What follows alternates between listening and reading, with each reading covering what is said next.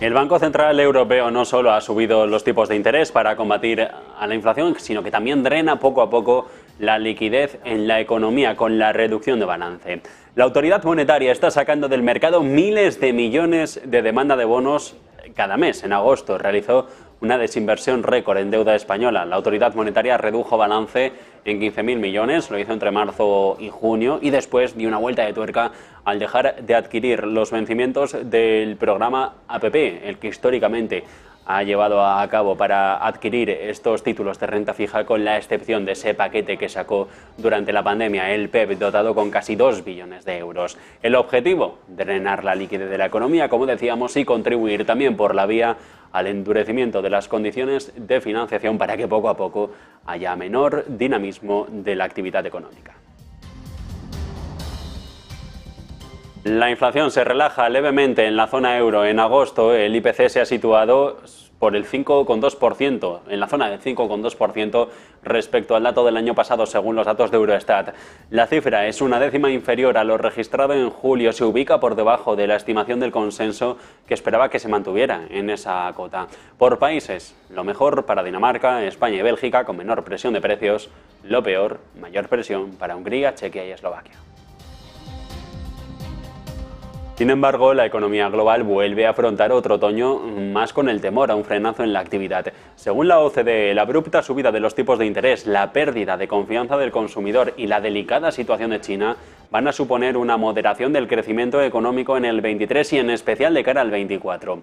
La zona euro será uno de los bloques más castigados, con un raquítico avance de 6 décimas para este año, del 1,1 para el que viene, por el retroceso de sus grandes economías, Francia e Italia.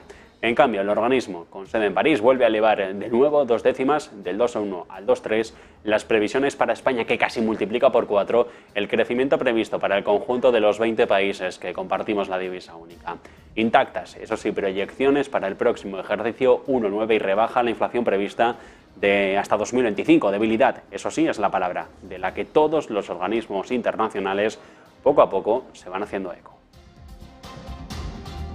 Preocupa para la OCDE el Reino Unido, y preocupa porque, según el vicegobernador del Banco de Inglaterra, Sam Boots, el sector bancario británico está experimentando un aumento de los deterioros en medio de una creciente inflación y los consiguientes aumentos de los tipos de interés. La economía ha demostrado ser sorprendentemente resistente, pero Boots, también director ejecutivo de la Autoridad de Regulación Prudencial, apunta a que los reguladores están monitoreando de cerca las posibles tensiones en el sector bancario. Y mientras, el Banco Central de China, el PBOC, el Banco Popular, va a reforzar sus esfuerzos para estabilizar el comercio y mejorar el entorno empresarial para las empresas extranjeras. Es lo que ha dicho en las últimas horas su gobernador, sumándose a las promesas de los principales líderes de este año de abrirse al mercado internacional. El gobernador del PBOC destaca hoy que las iniciativas del supervisor en el simposio al que han asistido representantes de JP Morgan, de HSBC, de BNP Paribas, de UBS y de Tesla, que es importante para ellos que los extranjeros vayan a su territorio. Cuando China eliminó los controles por la pandemia, sus principales líderes prometieron crear un espacio para que las extranjeras desarrollen su actividad en la nación asiática.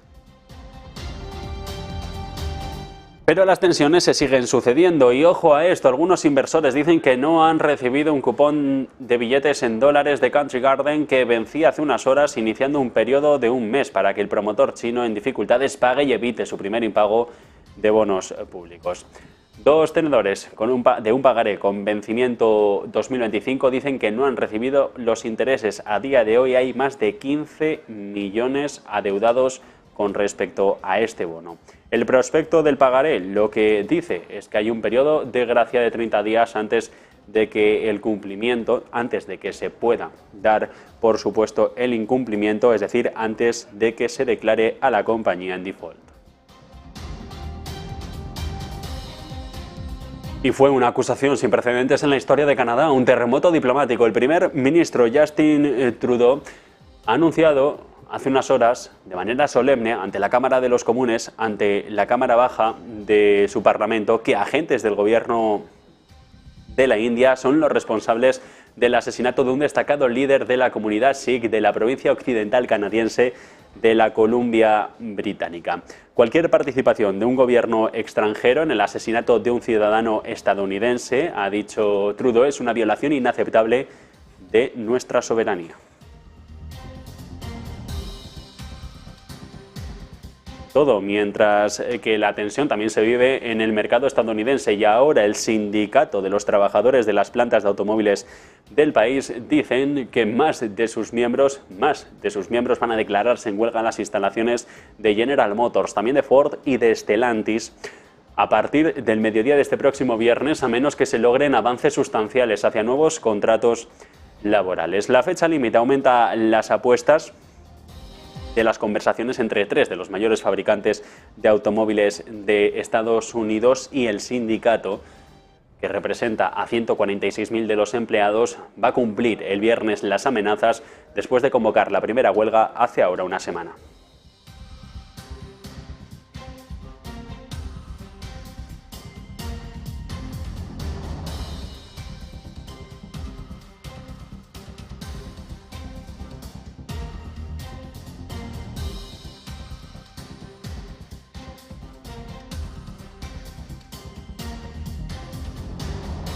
Se esperan también estrenos en los mercados. Instacart, la empresa de entrega de comestibles que experimentó un auge comercial durante la pandemia, ya ha fijado el precio de su tan esperada oferta pública inicial, que se va a hacer efectiva a partir de media mañana de este martes. $30 la acción se convertirá en la primera tecnológica notable respaldada por capital riesgo en llegar al mercado público de los Estados Unidos desde diciembre de 2021. La oferta se sitúa en el extremo superior del rango que había comentado la compañía hace apenas unos días, entre los 28 y los $30. Esto, eso sí, valora a Instacart en unos 10.000 millones de dólares sobre una base totalmente diluida.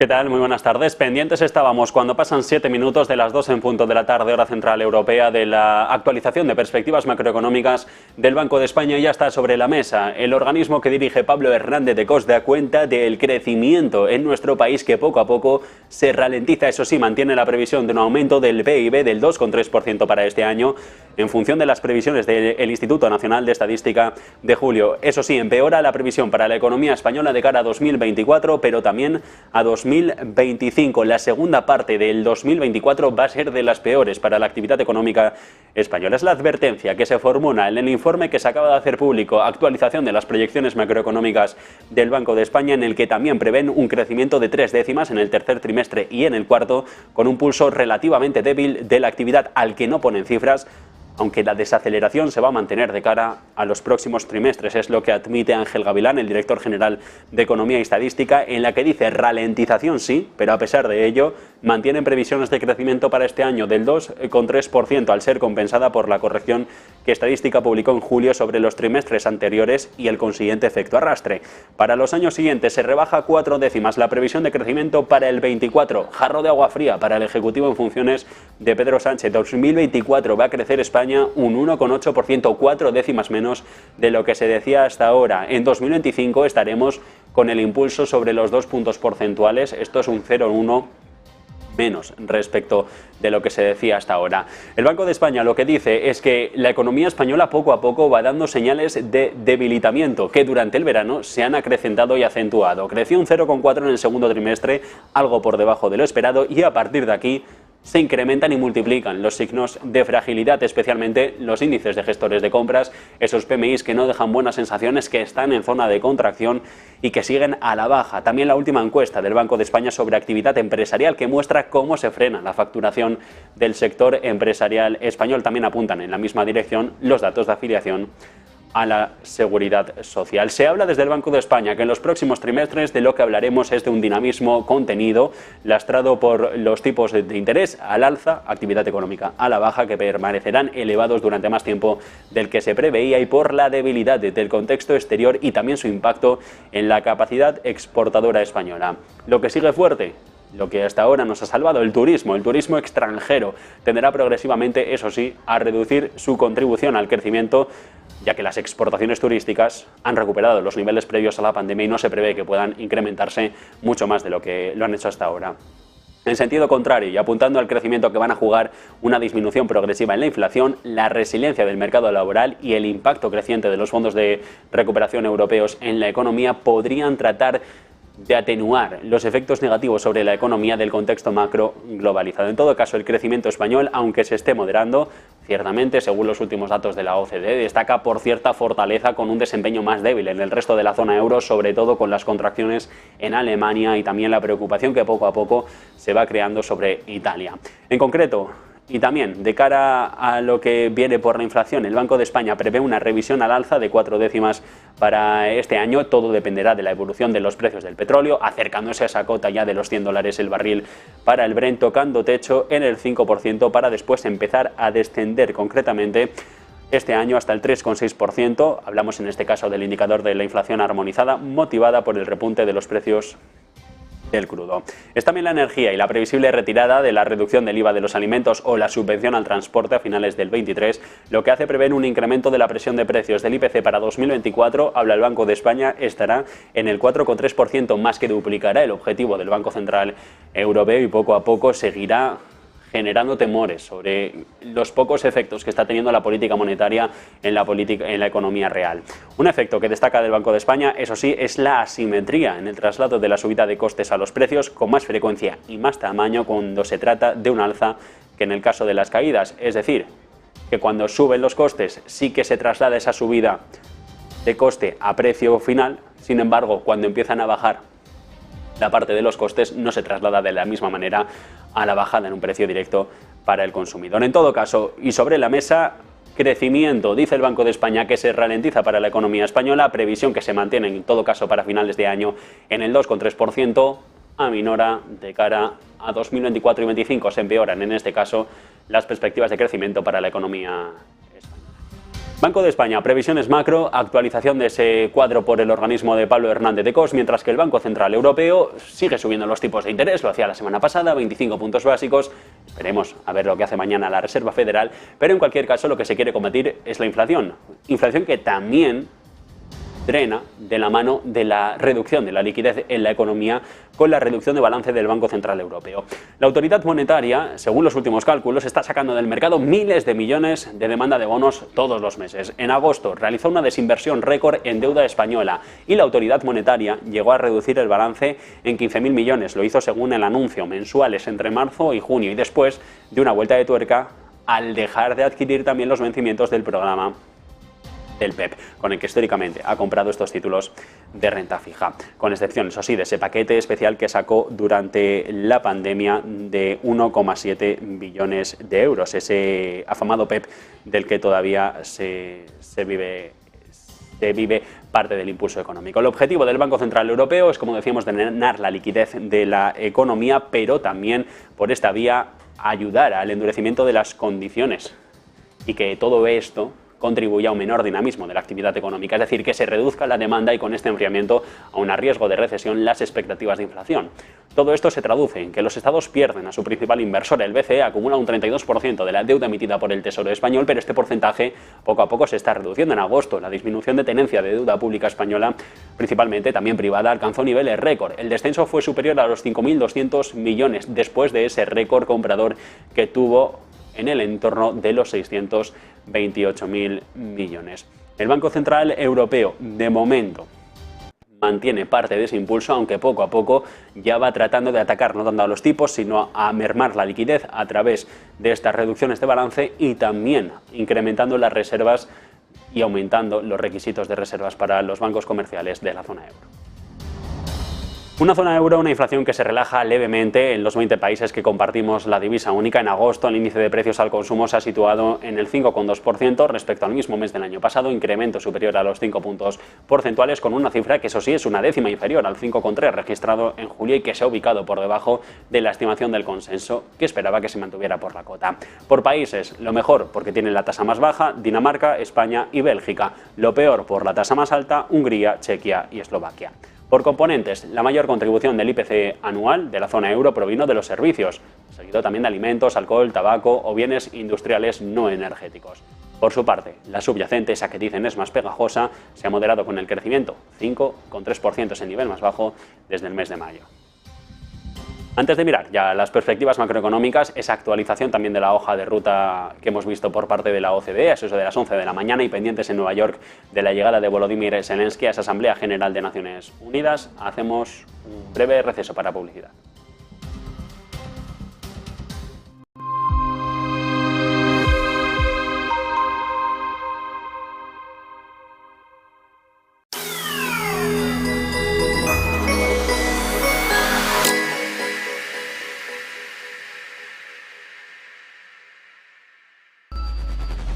Localizarnos ahora es más fácil. La economía a tu alcance. Empresas, inversiones, tecnología. Ya en la app de Movistar. Vive la economía. Negocios Televisión.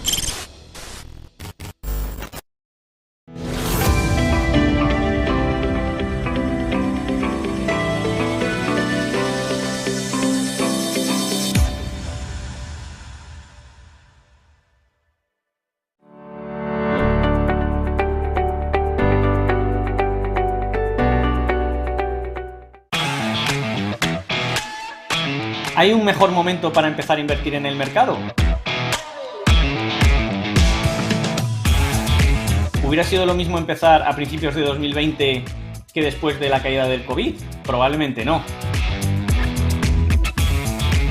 Pues es lo que te vamos a contar en la Academia de Negocios TV con el último módulo de amplitud de mercado o Market Timing. Vamos a intentar recopilar todos los indicadores, todas las herramientas, todos los sistemas de cobertura que utilizamos para que veas y eleves tu trading a un nivel mucho más profesional. Soy Víctor Galán y voy a ser tu tutor, profesor, durante este apasionante módulo de 8 capítulos. Te esperamos y esperamos verte pronto.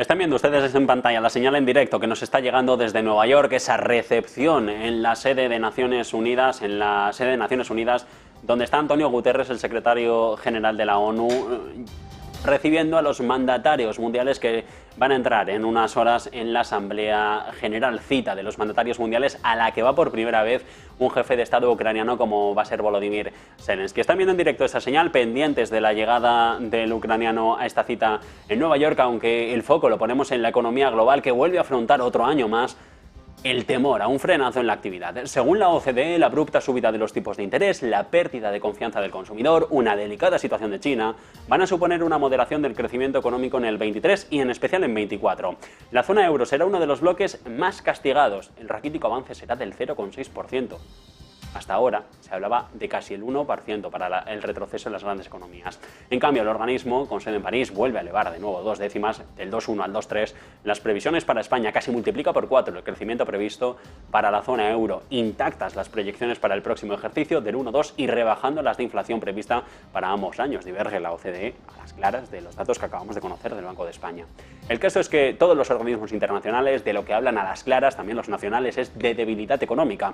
El mundo, Europa en particular, han podido adaptarse a las sanciones a Rusia por la guerra de Ucrania, sí, pero las economías vuelven del parón estival adolecidas por los martillazos de los bancos centrales a golpe de subidas de tipos de interés en el último año y medio. Detrás de las cifras, enormes diferencias. India, China crecerán 6,4%, mientras que Alemania o Italia cerrarán el año en números rojos. Aún así, las tasas de las dos potencias asiáticas son muy inferiores a las de otros años, lo cual añade incertidumbre a un complicado panorama económico. La OCDE eleva 6 décimas las previsiones para Estados Unidos. Sigue aguantando a pesar de la Reserva Federal, incrementa en 3 décimas para 2024 el crecimiento cuando experimentará una expansión mucho más discreta del 1,4 con una inflación media del 2%. 0,6%. Le preocupa a la OCDE el Reino Unido y preocupa porque, según el vicegobernador del Banco de Inglaterra, Sam Boots, el sector bancario británico está experimentando un aumento de los deterioros en medio de una creciente inflación y los consiguientes aumentos de los tipos de interés. La economía ha demostrado ser sorprendentemente resistente, sí, pero Boots, también director ejecutivo de la Autoridad de Regulación Prudencial, apunta que los reguladores están monitoreando de cerca las posibles tensiones en el sector bancario. Seguimos pendientes de esa señal en Nueva York, aunque también con el foco puesto en España, el Banco Santander ha decidido consolidar los negocios de banca minorista y comercial y de consumo de todas sus divisiones, de todos los mercados, bajo el paraguas de las nuevas áreas de negocio globales, el retail and comercial del Digital Consumer Bank. Con estos cambios, la firma de Ana Patricia Botín espera incrementar el retorno sobre capital tangible, el ROTE, hasta el 17%, alcanzando un crecimiento de doble dígito de media anual en la suma del valor contable tangible por acción más el dividendo por acción a lo largo del ciclo. Lo que quiere es consolidar el negocio en 5 áreas globales. Movimientos de mercado que vamos a analizar de la mano de Antonio Castelo, analista de iBroker. ¿Qué tal? Muy buenas tardes. Buenas tardes, Javier. ¿Qué sentido tiene esta simplificación de la estructura del Santander en 5 áreas de negocio diversificadas y con 2 focos puestos, el retail y el consumo? Bueno, pues de alguna manera yo creo que se trata de coordinar las diferentes áreas de negocios que tiene el banco en los países en los que está, que haya una coordinación central. En cualquier caso, para mí, bueno, es un problema de organización interna del banco, no hay mucho más que decir. Sí que me parece relevante e importante que el banco haya mantenido sus objetivos para 2023. Decías antes, crecer el doble dígito en los ingresos, un ROTE de más del 15%, un ratio de eficiencia entre el 44 y el 45%, el CET1 fully de más del 12% y un coste de riesgo por debajo del 1,2 y además también reiterar los objetivos anunciados en febrero para el periodo 2023-2025, un ROTE que efectivamente se puede ir al 17%, un ratio de eficiencia del 42%, mantener el ratio de capital, el CET1, por encima del 12% y, en definitiva, alcanzar un crecimiento del doble dígito de media anual en la suma del valor contable tangible más el dividendo. Para mí esto es lo realmente relevante. Lo demás, bueno, es un asunto interno del banco que lo que tendremos que hacer ahora es monitorizar y ver cómo va avanzando a lo largo de 2023 y especialmente el ejercicio 24 y 25. Me llama la atención es que mantienen las perspectivas para 2023 con el consumo como gran pato de negocio en un momento en el que se ralentiza todo.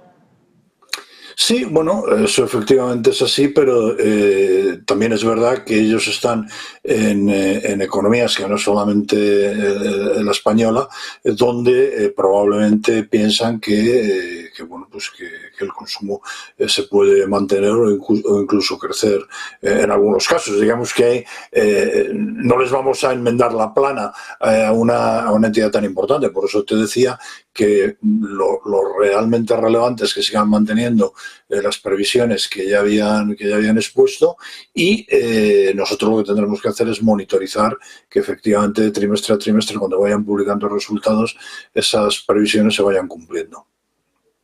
Apoyando el negocio, interpreto en América Latina, con este contexto de subidas de tipos de interés aquí en Europa, miran al otro lado del charco como aquellas patas de mayor rendimiento. Claro, probablemente el caso de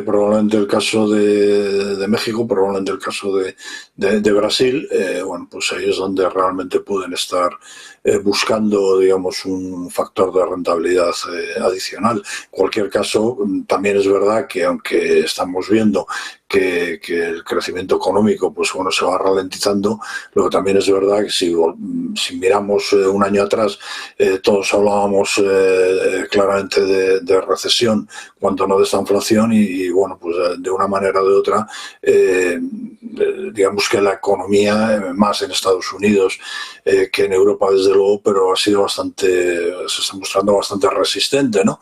Entonces, bueno, pues como te digo ahí, nosotros yo creo que poco le podemos enmendar a los estrategas de Banco Santander, que llevan años demostrando que lo hacen bien y que cumplen de sobra con sus previsiones y realmente lo único que podemos hacer es monitorizar los resultados que vayan obteniendo.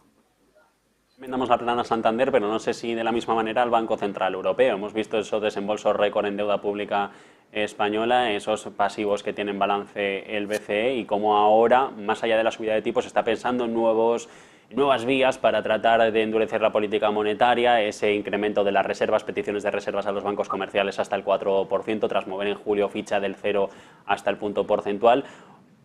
Y otros movimientos que no sé si tendrían algún sentido y sobre todo pondrían de manifiesto cómo, no habiendo funcionado la subida de los tipos como lo ha hecho, mirar por otros derroteros en los que, a pesar de las pocas herramientas que tiene, el BCE puede mover ficha.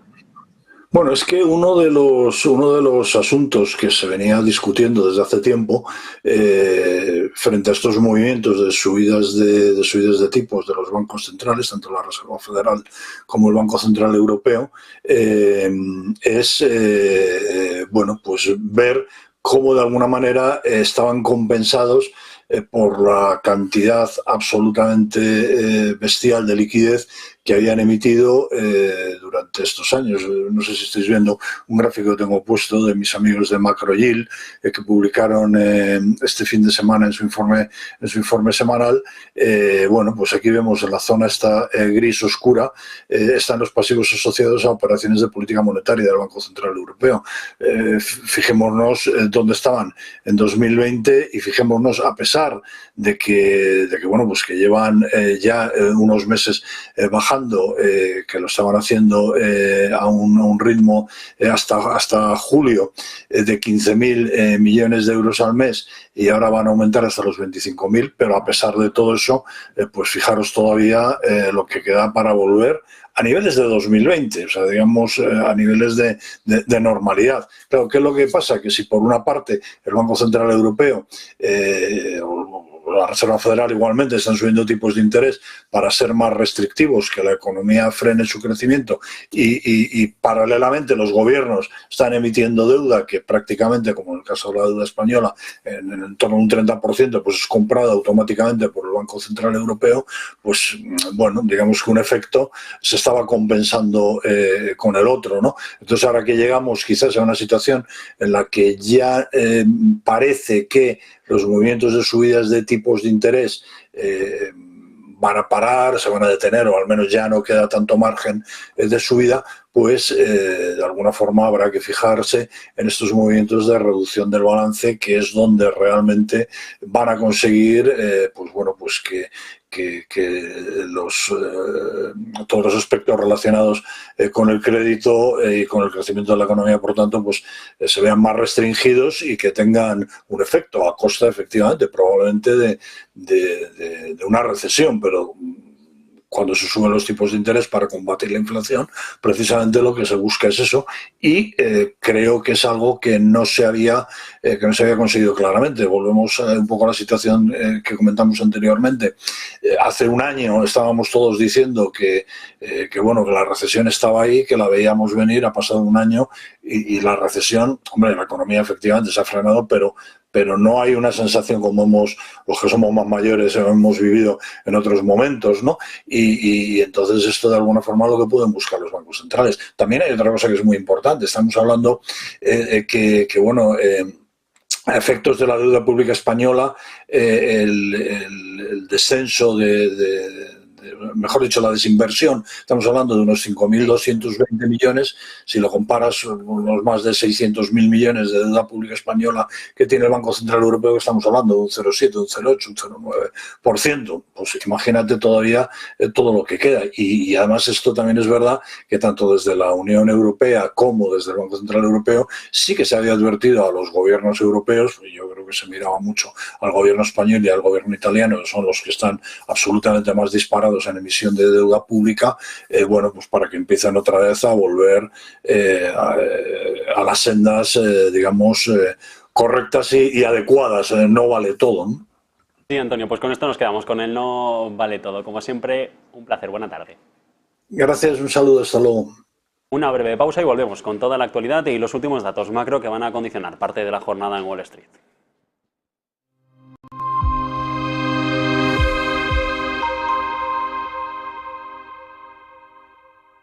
Ven al Torreón, estamos en El Pardo, un espacio único en plena naturaleza. Disfruta de momentos de desconexión mientras saboreas la mejor gastronomía. Disponemos de 7 amplias terrazas y salones para todo tipo de eventos. Degusta nuestros exquisitos platos acompañados de una selecta bodega de vinos. A tu servicio, un gran parking y zona infantil. Abierto los 365 días del año. Cocina ininterrumpida desde las 10 de la mañana hasta las 12 de la noche. Haz tu reserva. ¿Acciones o fondos ETFs? Estoy hablando con mi agente de bolsa. Pues hoy en día se puede invertir más fácilmente. Tu hijo tiene razón. Si quieres empezar a invertir, lo mejor es hacerlo con XTB. Aquí tengo todo lo necesario para tomar las mejores decisiones financieras. Hazte cliente de forma segura, rápida y sencilla.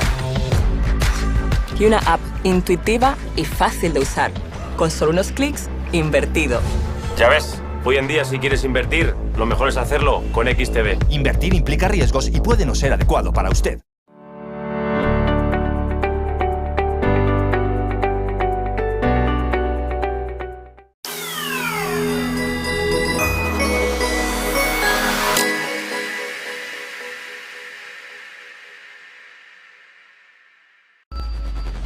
Localizarnos ahora es más fácil. La economía a tu alcance. Empresas, inversiones, tecnología. Ya en la APP de Movistar. Vive la economía. Negocios Televisión.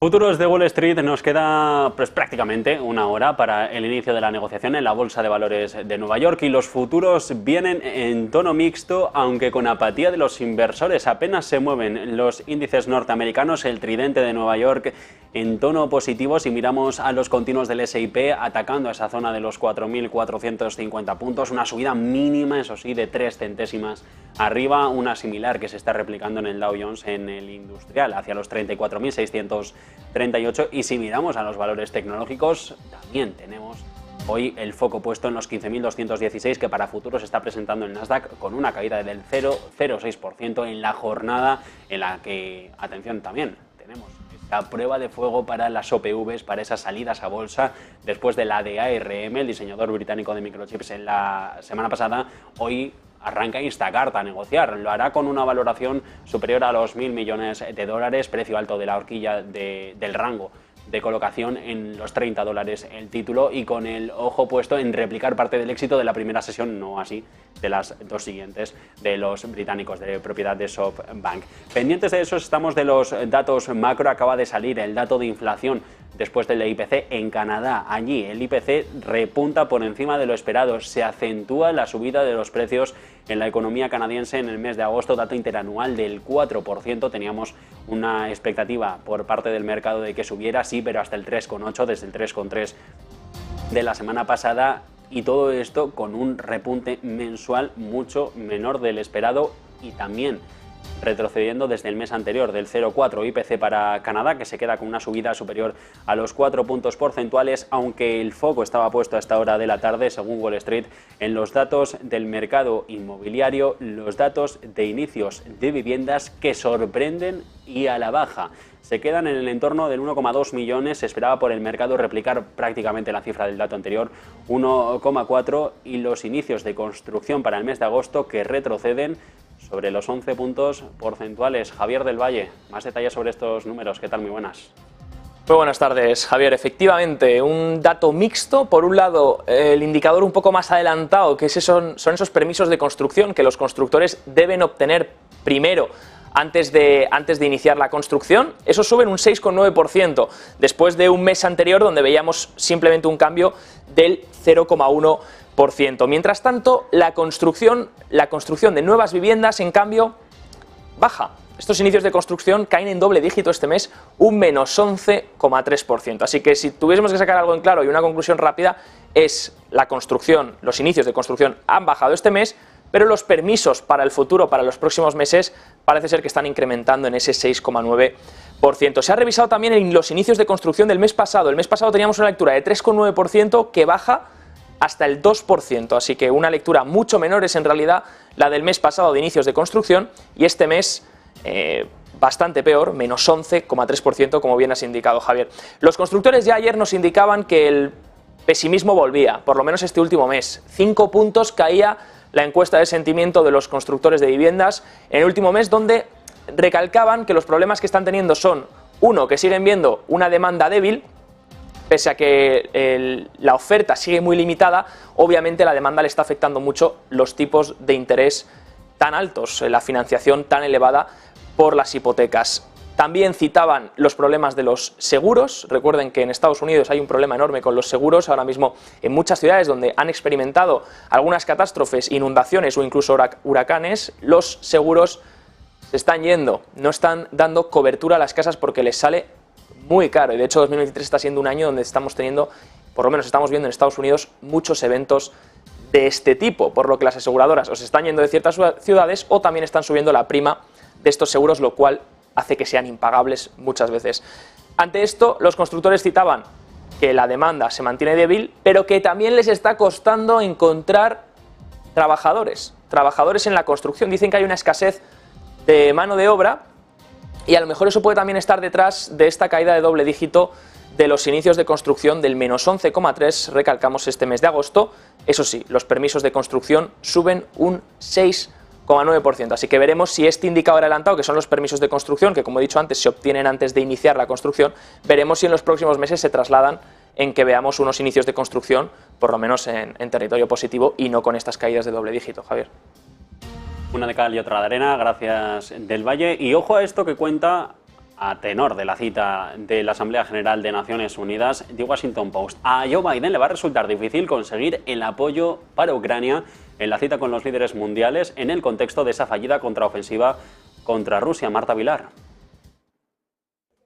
Biden acude a esa Asamblea General de las Naciones Unidas con un objetivo: volver a restaurar ese apoyo férreo desde todo Estados Unidos, también desde aliados de Estados Unidos, a Ucrania. Es uno de sus objetivos en el discurso que va a pronunciar en el día de hoy, que otra vez se apoye a Ucrania de esa manera unánime. Sin embargo, parece que no está siendo así. Ya saben que los republicanos están divididos sobre el apoyo que Estados Unidos debe mandar a Ucrania. También lo estamos viendo en otros países que no están demostrando, quizá como otras maneras, de una manera muy explícita, ese apoyo a Ucrania. Y es que recuerden, la contraofensiva, la esperada contraofensiva, de momento no está generando los avances militares que a los ucranianos les gustaría poder exponer aquí en la Asamblea General de la ONU, que se celebra estos días en Estados Unidos. Bueno, pues de momento lo que está diciendo Washington Post es que Biden va a tener complicado conseguir el apoyo para Ucrania en esa Asamblea de las Naciones Unidas por la contraofensiva fallida de las Fuerzas Armadas ucranianas. Ucrania tenía la intención de ir a Washington y poder exponer todos sus éxitos militares, pero parece que no está siendo así, porque la contraofensiva está yendo un poquito más despacio de lo que se esperaba. Además, hay que recordar, como decía al principio, que ese apoyo a Ucrania parece que hace aguas tanto dentro de Estados Unidos como fuera, así que veremos si hoy Biden, que mucha parte de su discurso va a ir precisamente sobre Ucrania y sobre la invasión de Rusia en Ucrania, puede conseguir ese apoyo de nuevo, aunque todo apunta según Washington Post, que no lo podrá conseguir. Gracias, Marta. Cita en Nueva York, durante la que las autoridades alemanas han anunciado el envío de un nuevo paquete de ayudas a Ucrania, valorado esta vez en 400 millones de euros, pero evitan pronunciarse sobre los misiles de crucero Taurus tan solicitados por el gobierno ucraniano para defenderse de manera más efectiva contra los ataques rusos. En una entrevista, el ministro de Defensa, Boris Pistorius, ha indicado hoy que Berlín está entregando munición adicional como de mortero y de minas anticarro. Y en todo caso, hoy también es noticia la decisión ucraniana de denunciar a Polonia, Eslovaquia y Hungría por el veto de sus exportaciones agrícolas, que dice Varsovia no impresiona, porque va a mantener su bloqueo. Lo ha asegurado el portavoz del gobierno polaco, Piotr Müller. Müller ha ratificado que el gobierno de su país mantiene su posición en una rueda de prensa hoy en la capital del país. En una queja dice que ante la Organización Mundial del Comercio no impresiona al país europeo, en un sentido de que no hay intención de retirar el embargo que se ha impuesto. Se cree que la decisión es la correcta por parte de Varsovia y que está en consonancia con la situación económica y el derecho comunitario e internacional. La tensión diplomática, en todo caso, se dispara en Canadá, donde hemos visto que la inflación también está subiendo, tras una acusación sin precedentes en la historia del país. El primer ministro Justin Trudeau anunciaba a última hora de ayer, de manera solemne, ante la Cámara de los Comunes, la Cámara Baja de su Parlamento, que agentes de otro territorio, concretamente agentes de otro territorio extranjero, habían tenido efectos y habían provocado una violación inaceptable sobre la soberanía del país. La explosiva declaración del mandatario ha tenido consecuencias inmediatas, acusaba a India, y Melanie Joly, la ministra de Asuntos Exteriores canadiense, anunciaba poco después la expulsión de un alto cargo diplomático indio, a quien describió como jefe de la Agencia de Inteligencia de la India en Canadá. La respuesta de la contraparte de Nueva Delhi ha llegado a primera hora de hoy con un comunicado del Ministerio de Asuntos Exteriores en el que afirma que las acusaciones son absurdas y que están motivadas políticamente. Mientras tanto, el Ministerio de Defensa de Azerbaiyán dice hoy que ha iniciado actividades antiterroristas locales en el enclave en disputa del Nagorno-Karabaj para expulsar a lo que dijo eran tropas armenias y restaurar el orden constitucional. El anuncio del martes parece marcar ya un regreso a las hostilidades abiertas sobre esta zona en Nagorno-Karabaj, reconocida internacionalmente como parte de Azerbaiyán, pero que ha estado bajo control armenio desde una guerra separatista que estalló en medio de la caída de la Unión Soviética. Rubén Bardanian, un oligarca que renunció a su ciudadanía rusa para servir brevemente al gobierno de Nagorno-Karabaj el año pasado, ha hablado con Financial Times y dice que el enclave está en fuego de artillería concentrado. De hecho, vídeos en las redes sociales han mostrado sirenas sonando en la capital mientras se ven explosiones en varias montañas cercanas al terreno. Noticia en los mercados asiáticos, de nuevo, que preocupan por el inmobiliario. Sunac China Holdings ha solicitado la protección de quiebra, acogerse al capítulo 11 de la ley de quiebras de Estados Unidos, según adelanta Bloomberg. Toma la decisión en un intento para proteger sus activos mientras concluye la reestructuración de la compañía y trata de mantener el tipo frente a los acreedores extranjeros. De momento, ya en mayo incumplió parte del pago de un bono en dólares en medio de la crisis de vivienda que asola al sector, con una fuerte caída en ventas y escasez de liquidez de los últimos años. Ven ustedes en pantalla ese retroceso de Sunac China Holdings hoy en la bolsa de Hong Kong, cesiones superiores a los 4 puntos porcentuales. También el foco está puesto en Country Garden. Algunos inversores dicen a esta hora de la mañana que no han recibido un cupón en billetes en dólares que la promotora que vencía hace unas horas, iniciando un periodo del mes para que el promotor chino en dificultades pague y evite su primer impago de bonos públicos. Dos tenedores de un pagaré con vencimiento a 2025 dicen a Bloomberg que no han recibido los intereses. Hay más de 15 millones de dólares adeudados. El prospecto dice que de momento hay periodo de gracia, como el habitual 30 días para que se declare el default de la compañía, el impago ante los mercados financieros. El que otrora fue el mayor desarrollador de China se ha visto envuelto en esta crisis inmobiliaria del país, advirtiendo que podría incumplir sus pagos con el mercado. Hace 2 semanas Country ya pagó más de 22 millones de dólares en intereses con un inmobiliario, un alto rendimiento en China que cada vez va a menos. Y mientras tanto, la United Auto Workers ha dicho que más de sus miembros, es decir, el sindicato de automovilística en Estados Unidos, dice que más de sus miembros se van a declarar en huelga en las próximas horas hacia nuevos contratos laborales. Si no hay pacto, el próximo viernes a mediodía se anunciará una extensión de los problemas en el sector. La fecha límite aumenta las apuestas para las conversaciones entre 3 de los mayores fabricantes, con Stellantis, con Ford, con General Motors en liza, después de saberse que estas huelgas le están costando a las empresas una producción de unos 3.200 vehículos diarios, según los datos de Standard & Poor's, y citando fuentes anónimas, la CNBC ya ha dicho que la propuesta de Stellantis podría llevar al cierre de 18 instalaciones, incluidos centros de distribución y repuestos, con la sede norteamericana del fabricante de automóviles y el centro tecnológico en Detroit, que también podrían verse afectados. En tecnológicas, la última hora en tribunales pasa por Google, que ha pedido al Supremo de la Unión Europea que anule una multa antimonopolio de 2.400 millones que reforzó la represión de los reguladores contra las Big Tech. La impugnación se ha presentado ante el Tribunal de Justicia de la Unión porque dicen que creen que hay áreas que requieren una aclaración legal por parte de los principales jueces del bloque. El gigante de las búsquedas estadounidense quiere que el Tribunal Superior de la Unión anule concretamente un fallo de noviembre en el que respaldó parte de las acusaciones de la firma tecnológica, diciendo que lo que había que hacer en estos momentos era ir contra parte de las ganancias inesperadas que habían conseguido registrar en el sector de la publicidad. La multa de 2.400 millones impuestas por la Comisión a Google, la mayor hasta el momento, fue la primera de un trío de decisiones que forman la pieza central del intento de la excomisaria de competencia, Margrethe Vestager, de frenar el creciente dominio de las empresas de Internet. Ha multado a la unidad de Alphabet con alrededor de 9.500 millones en total y todavía investiga un presunto dominio de la compañía en publicidad digital. Te lo contábamos hace unos instantes, Instacart, la empresa de entrega de comestibles que experimentó un aumento del auge comercial durante la pandemia, ha fijado ya el precio de salida a bolsa del tan esperado estreno en los mercados financieros. Finalmente va a ser $30 la acción y va a empezar a cotizar, ojo a esto, en unas horas. A última hora de la mañana, primera de la tarde en Nueva York, en la Bolsa de Valores de Nueva York, convirtiéndose en la primera empresa tecnológica de capital privado de capital riesgo en llegar al mercado público en Estados Unidos desde diciembre del 21. La oferta se sitúa en el rango superior del extremo del esperado, 28 a $30, era lo que trataba de salir a bolsa la compañía, finalmente lo hará en 30, valora Instacart en unos 10.000 millones de dólares sobre una base totalmente diluida. En la OPV se van a colocar 22 millones de títulos, de los cuales más de 14 provienen de la empresa y otros 7 millones, casi 8, de accionistas ya existentes. Debutará, como decíamos, a última hora de la mañana en el Nasdaq.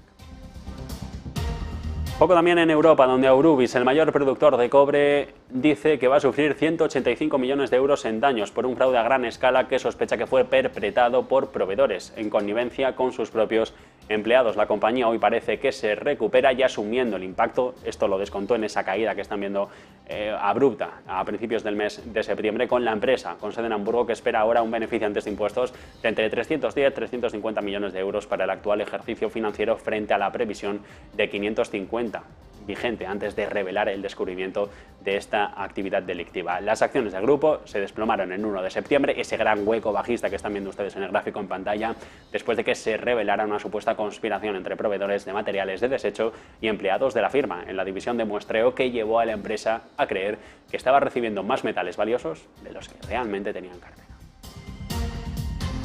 Antes de mirar al mercado nacional, una breve pausa para publicidad.